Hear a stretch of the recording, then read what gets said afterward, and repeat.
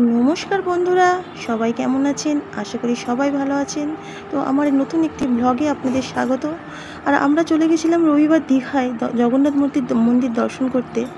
তো কত সুন্দর ওয়েদার, সেদিনে ওয়েদারটা একটু খারাপও ছিল, মানে রোদ ছিল না তো একদমই, আর ওয়েদারটা ঝিরঝির করে বৃষ্টি পড়ছিল আর একদম সূর্য ওঠেনি। হ্যাঁ, মানে দারুণ ছিল সেই ওয়েদারটা ছিল।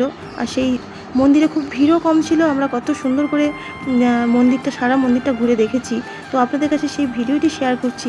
সেরা ভিডিওটি আপনারা দেখুন প্রথম থেকে শেষ পর্যন্ত। আর ভালো যদি লাগে তাহলে একটা লাইক, একটা কমেন্ট আর একটা সাবস্ক্রাইব করে দেবেন চ্যানেলটি।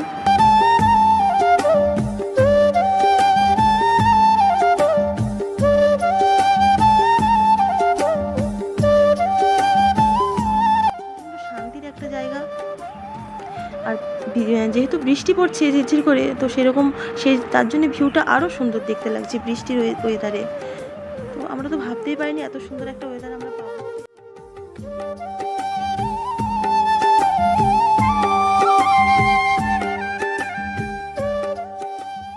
এই মন্দির থেকে বাইরেটাতে দেখতে তো ভীষণই সুন্দর লাগছে।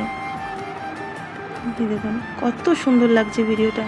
আর একদম আমরা বাইরে থেকে ভিডিওটি করেছি, ভেতর থেকে ভিডিওটা নিতে, মন্দিরের ভেতরে ভিডিওটা করতে পারিনি, তার কারণ তার পারমিশন নেই, ওখানে ক্যামেরা নিষিদ্ধ আছে।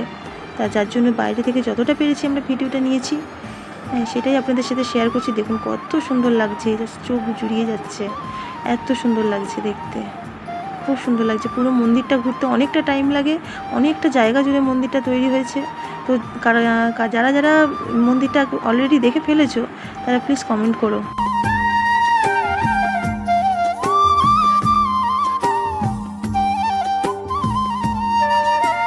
সবার মাথাতেই ছাতা, যেহেতু বৃষ্টি পড়ছে, তো আমাদের তো সাথে ছাতা ছিল না, সেই জন্য বাচ্চাগুলোর মাথায় একটা ওড়না চাপিয়ে দিয়েছিলাম।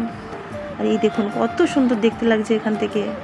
মানে এই দিকটা পদ্ম গাছ লাগানো হয়েছে, এই মন্দিরের এপাশে আর ওপাশে দুই দিকেই পদ্ম গাছ লাগানো রয়েছে। তো ফুল তো ফুটে আছে, এত সুন্দর দেখতে লাগছে না ভিউটা, মানে জাস্ট অসম, এত ভালো লাগছে দেখতে।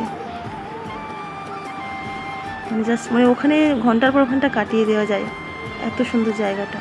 মানে জাস্ট মুখে আর কোনো ভাষা নেই আর কথা বলার, এত সুন্দর লাগছে।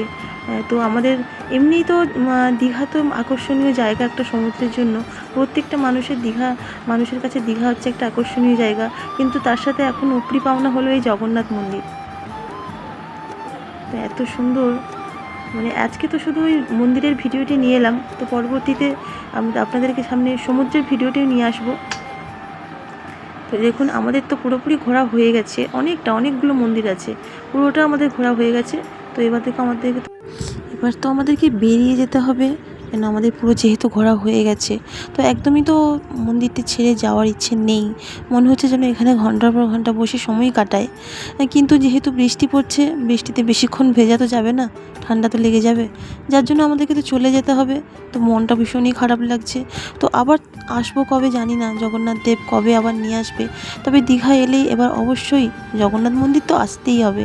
তো যারা যারা এখনও পর্যন্ত জগন্নাথ মন্দির দর্শন করেননি, তারা অবশ্যই দীঘায় এসে আগে জগন্নাথ মন্দির দর্শন করুন।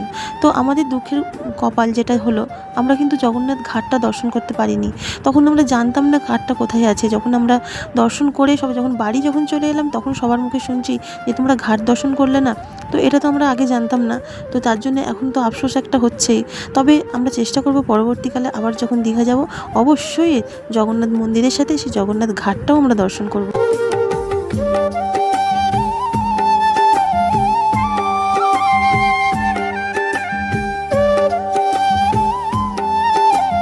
তো ভিডিওটি এখানেই শেষ করছি। সবাই খুব খুব ভালো থাকবেন, সুস্থ থাকবেন, আনন্দে থাকবেন এবং হাসি খুশি থাকবেন।